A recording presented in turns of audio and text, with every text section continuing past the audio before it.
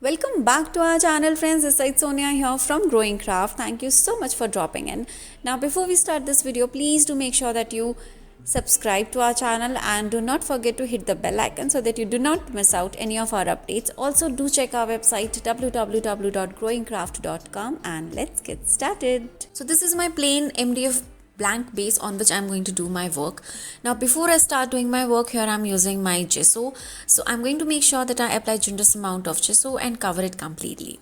Now to start with, I did it with my paintbrush, but to give the very smooth finish and no marks of my base, I did my sponge dauber work. So that's the reason I love using my sponge dauber on any kind of my bases. Now once I am done with this technique, then I'm going to let this dry for a very good time, and this is important. Before you start doing your work, your base should dry out. Now side by side, I also thought that why not to add the white border to my base. Of course I'm going to do some more coloring, but for the base coloring I just felt that if you do white color, the rest of the colors, whatever you do on the top of it, it pops out really well. Now for the bases, I know on the edges I'm not going to do too much of work, so I might add some color or some stamping to it. So here I'm using my white acrylic paint. Now it's time to do my decoupage technique, and for this here I have taken up a beautiful floral pattern. So this was what I was requested to use on this nameplate. So here I'm just picking up all the patterns from Tits and Bits, and I am going to make sure that I cover as much portion as I can, and I'm going to make sure that I pick up all the beautiful flowers from this napkin. Now here I'm using my paintbrush technique. So this is a super easy technique which I have been doing for quite long time, and I'm very happy with this technique. So what you do is you just dip your any round thin brush in the water and just dip it and make a border around your designs, whatever you want to have, and then you just quickly trim it off before it dries out.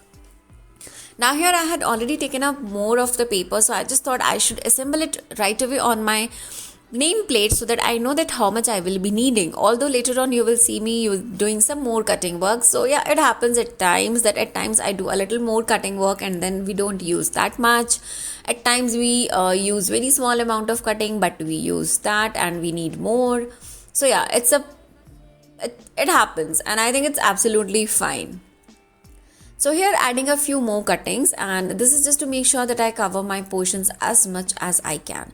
Now the Radha Swami is the text which I am going to have. Now this is one of my very first wall frames which I'm doing in Hindi. So honestly, doing this in Hindi was a very tough task because we have been so habituated in doing this in with the English font, so that painting that font is super easy, but with this it was really difficult, but I absolutely loved it.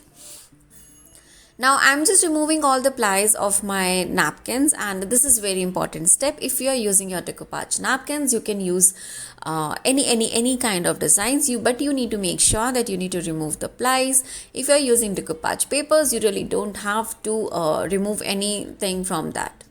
Now I have already done a video on how to make your own gesso, how to do decoupage art, and what are the basic supplies which we need. So yes, of course I'm going to share down all the links of my tutorials, and of course all the supplies link, whatever I'm using in this tutorial, in the comment section. Do check that.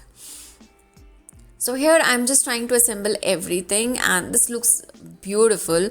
This is one of my favorite color combination, and yes, when I did my first floral nameplate thing, I was teased by everyone around me that, oh, who does this floral nameplates and all. But honestly, I got very good response, and I know that floral is so fresh and it is so refreshing that it is always good to have something around. Now here I am having my Mod Podge, and I am going to make sure that I apply generous amount of Mod Podge, and with the same brush I'm just going to stick this one. So this is a very delicate step. You need to be really careful when you are doing this. Of course, even till now my decoupage art gets wrinkles, so I have found out the techniques on how to remove the wrinkles, which you will be seeing in this video later on. Now when I started decoupage, I was not sure how to remove the wrinkles, so I was trying each and every technique, but what really worked out for me was a sponge dauber pressing and even the fingers pressing. So these are the two techniques which you will be seeing me doing in any and every of my decoupage with napkin video tutorials, and you can check all of them on my YouTube channel. Now, very recently I was asked, can we make our Mod Podge at home? No, we cannot make Mod Podge at home, but there is another version that's called decoupage glue, which you can surely make at home. Even I have also done a tutorial where I have explain how to make chalk paints at home, how to make a decoupage glue, how to make modeling paste, how to make texture paste, and all these mediums which are quite expensive. So when we are beginner, of course it's very difficult for us to buy everything. So yeah, making that of your own really saves money at the starting, but later on as you are going to do it professionally, I would highly recommend you to buy some of these very good brand supplies. Why? Because there is a huge difference when it comes to your handmade stuff, supplies, and your these professional supplies. So yeah, once you start using it, you will surely see the difference. So now, just while talking to you, I'm almost done with my sticking work. In few of the areas my decoupage papers are overlapping, but then that's the beauty of these tissues, that even if they are overlapping and if the design is beautiful, it's going to look absolutely gorgeous, and you can't even make out because the prints are so beautiful that they just sideline everything. Now here I just felt that I need to add a few more designs here and there. Like I said at the starting of this video also, that this happens a lot of time while doing the cutting work of our napkins and the papers. We don't realize that how much we will need, or we might need more, because what happens is when we are sticking, at times it's very difficult to know the exact position what we had decided. So we keep on just sticking it, and then we realize, oh, we missed out on some areas. So no worries, you can always add some more papers here and there, and it's absolutely good to go. Now I'm going to dry this with my heat gun to make sure that it dries up quickly. So yeah, it's been 2 hours and my paper has dried out really well. So I'm just pressing this with my fingers, and I'm going to make sure that I stick this really well. So yeah, this process has to be done only when it has dried out around 70 to 80%. So it depends on what kind of artwork you are doing and how much time does it take to dry on that surface. Now with the sandpaper, I'm removing all the excessive papers. Initially, I thought I'm on the sides of this nameplate, I'm going to have my floral pattern, but then I thought it was a very small portion to have some of the beautiful designs. So I'm just going to trim this off, and later on I am going to add a nice shade to my borders of this plate. So if you don't have the sandpaper, you can try nail filer, but I must tell you that nail filers are just going to rain off after some point of time, but it is very easy and very convenient. So yeah, I am used to both the techniques and both the tools, so it's absolutely fine with me. Now the decoupage work is done. It has almost dried out. Still I'm trying to just press and make sure that it has sticked really well. There are no wrinkles, there are no bubbles, and this is one of the important steps which I love doing, and this is more of a therapeutic thing for me to do my artwork. Now, of course, before doing my color blending techniques, I love to do my varnish work. So here I'm using my water-based varnish, and I'm going to make sure that I cover my napkins really well. This is just going to make sure that whatever the colors and mediums I use on it, it is just going to not bleed on my napkins at all. Now, after this technique, I actually left it for a complete night to dry out. So many of the people, they come and tell me, oh, it hardly takes any time to make an artwork. No, it takes a hell lot of time to make an artwork, but we do it because we love it, and that's our passion and that's our love. So here again, I'm using a heat gun to dry this out, but I'm going to leave it overnight, and then we are going to move on to the next step. Now here, this is the text what I'm having, and I just wanted to make sure that I have this at the center of my plate. So you will just keep me trying to measure this with the scale, with carbon, without carbon, and every possible way, because I wanted to make sure that this is at the perfect center. So yeah, what you can do is, first you can have your carbon sheet, then you can have your name, and do keep on measuring just to make sure that you are at the right place. And once you are happy, you can start tracing. So usually what I do is I take up a very light color tracing paper. So this is super easy for me to make sure that it is not going to rain up my paste. And once I'm happy with the alignment of my text, then I just trace that with my pencil or pen. You can take any of the mediums.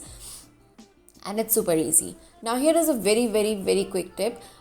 In this case, what I did is I actually did a quite good fussy cutting work with my name print. Ideally you should not do that, because once you are moving your pencil, it becomes easier if you have some extra portions on the side.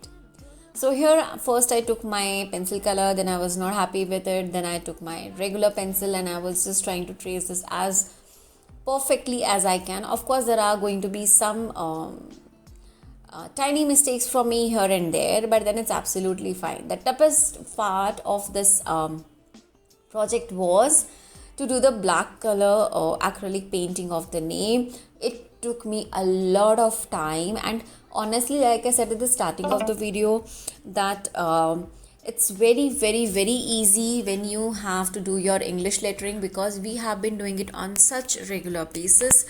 So yeah, so doing Hindi text was really hard and time taking for me. Now here I have taken up my round Anukul brush. I will just mention the brush links also in the comment section with all the supplies links. And yes, here I am using my black acrylic paint. Now even after writing my complete name on this board, I kept it overnight to dry out. Never ever do in 2 to 3 hours or 4 hours or 6 hours of time like the varnish work or the sealing work. Otherwise your acrylic paints are just going to bleed. Trust me, you need to be a little patient with this one. So here what I did is I did my painting work and then I let it dry for one complete night, and then on the next day I started doing the rest of the work. So yeah, here I am done, and this is the next day and I need to do some more decoupage work. Yes, like I told you all, there are many times when we are not very sure. So yes, what I do is whenever I leave my project for the next day, I just try another day and just wanted to see if this is looking good or not. If required, I just keep on adding the papers, and this definitely adds on the beauty of my plates. So of course the same technique is what I'm using here, and now very quickly I'm going to try this up. Now whenever we use water brush techniques, we need to make sure that we dry up our decoupage tissues before sticking up, so that it does not get crumbled and it does not tear off. Now here I'm almost done, and this is just to very quickly stick up. And of course, like I say, you just need to do a lot of hit and trial whenever you are using your decoupage papers and napkins. See, if you're using a complete one sheet, it's absolutely fine, but if you are doing it in bits and pieces, you will have to do a lot of hit and trial.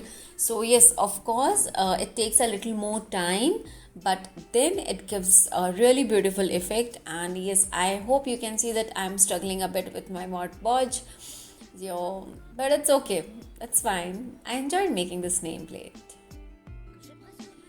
So yes, again I'm using my Mod Podge, and once I'm done with this sticking work, then we are going to move to the next step. But before that, we need to dry this up.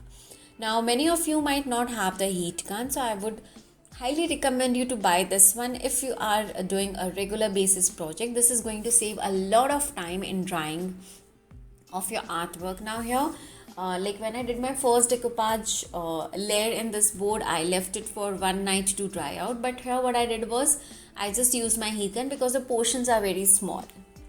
So yes, I just removed the excessive papers with my nail file, and you could see that how easy and handy it was.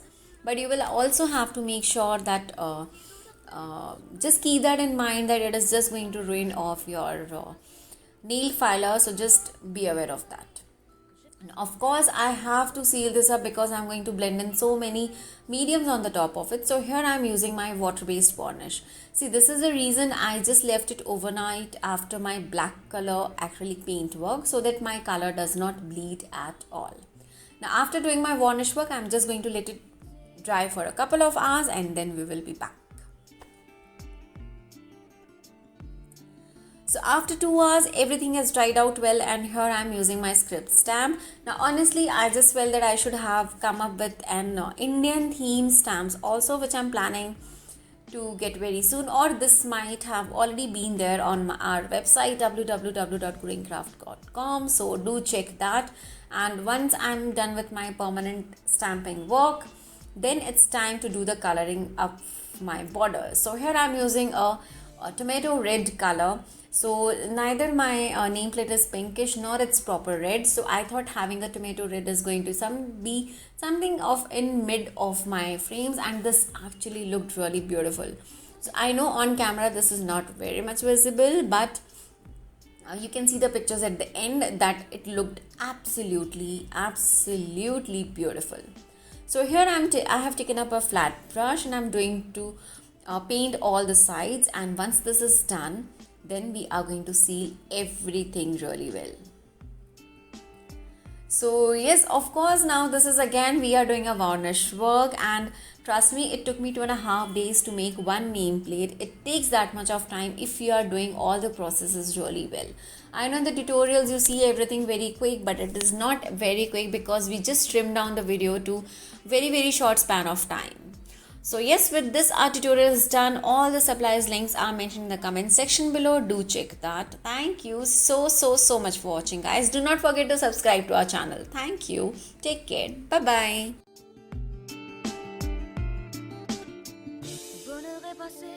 À deux doigts de nos lèvres, deux doigts si fins que j'ai presque pu le goûter, le bonheur à sculpter de son ciseau d'orfèvre, des souvenirs impossibles à effacer. Le bonheur est passé à deux doigts de nos lèvres, deux doigts si fins que j'ai presque